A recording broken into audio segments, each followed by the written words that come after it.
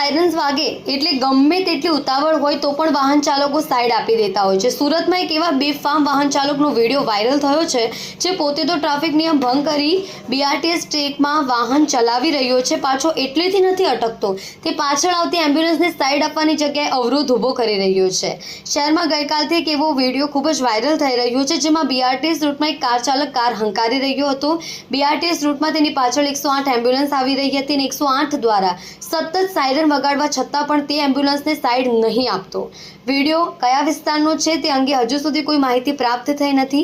Traffic વિભાગના ACP SR ટંડેલે જણાવ્યું હતું કે સુરતમાં એક વિડીયો વાયરલ થયાનું અમારા ધ્યાન પર આવ્યું છે જેમાં કાર ચાલક બીઆરટીએસ રૂટમાં કાર ચલાવી રહ્યો છે તેમજ ઇમરજન્સી વાહન એમ્બ્યુલન્સને પણ સાઈડ આપતો નથી। નિયમ મુજબ જે પણ ઇમરજન્સી વાહનો હોય, એમ્બ્યુલન્સ, ફાયરની ગાડી અથવા તો અન્ય કોઈ ઇમરજન્સી વાહન હોય તો તેને તાત્કાલિક સાઈડ આપી દેવાની હોય છે, પરંતુ વિડીયોમાં સ્પષ્ટ જણાઈ આવ્યું છે કે વાહન ચાલક એમ્બ્યુલન્સને સાઈડ આપતો નથી।